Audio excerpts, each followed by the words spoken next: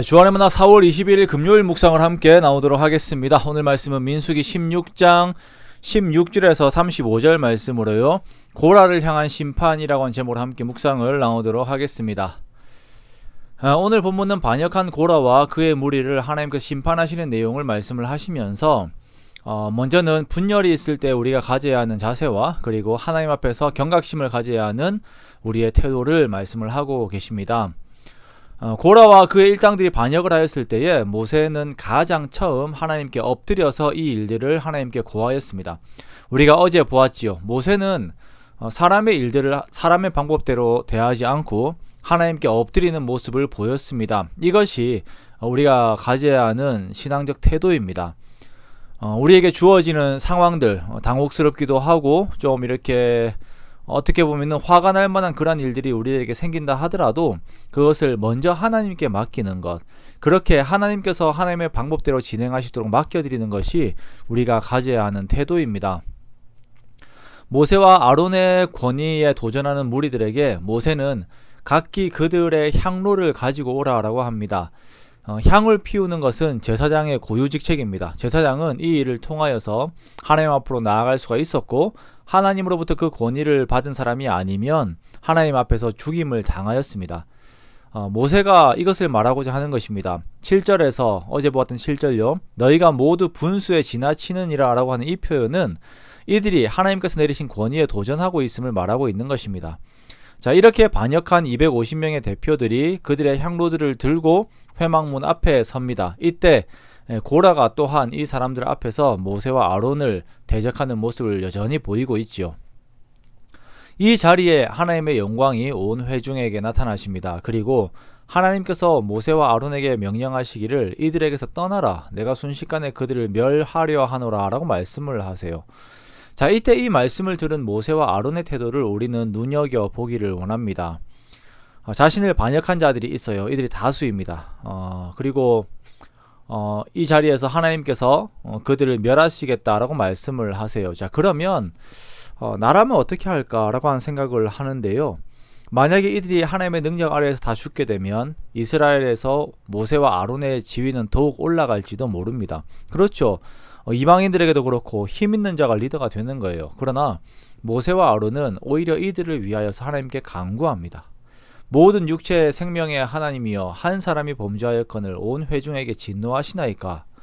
자, 우리들은 이 모세와 아론의 모습을 통하여 참된 그리스도인 리더십의 모습을 찾습니다. 그것은 나의 뜻이 아닌 내 어떠한 욕망이 아닌 이 상황에서도 참 하나님의 백성들을 위하는 이 모습을 우리는 본받아야 합니다.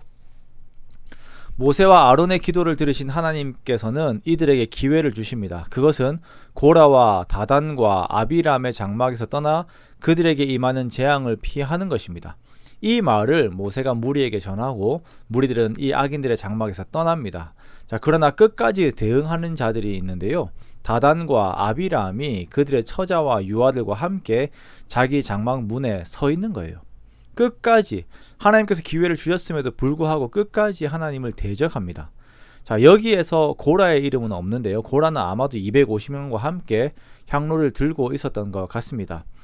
모세는 이제 이어지는 재앙이 하나님으로부터 오는 것임을, 그리고 자신의 권위가 하나님으로부터 주어진 것임을 증명하는 성격임을 말합니다.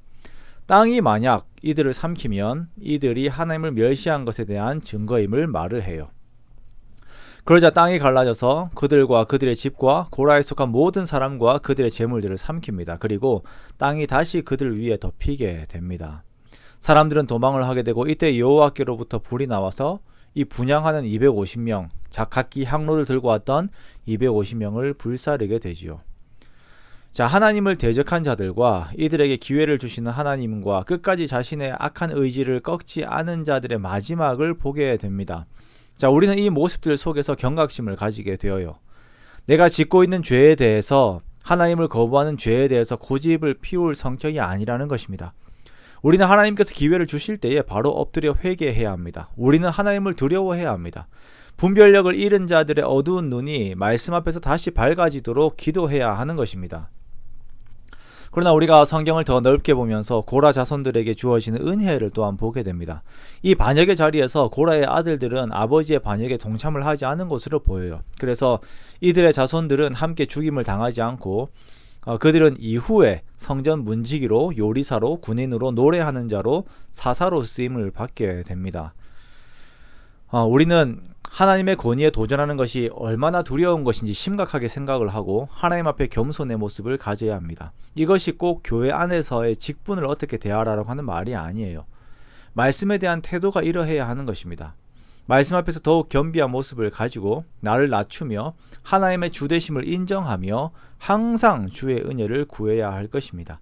이렇게 하나님 앞에서 항상 주의를 기울이며 겸손하게 나의 걸음을 걷는 우리가 되기를 주님의 이름으로 축원합니다.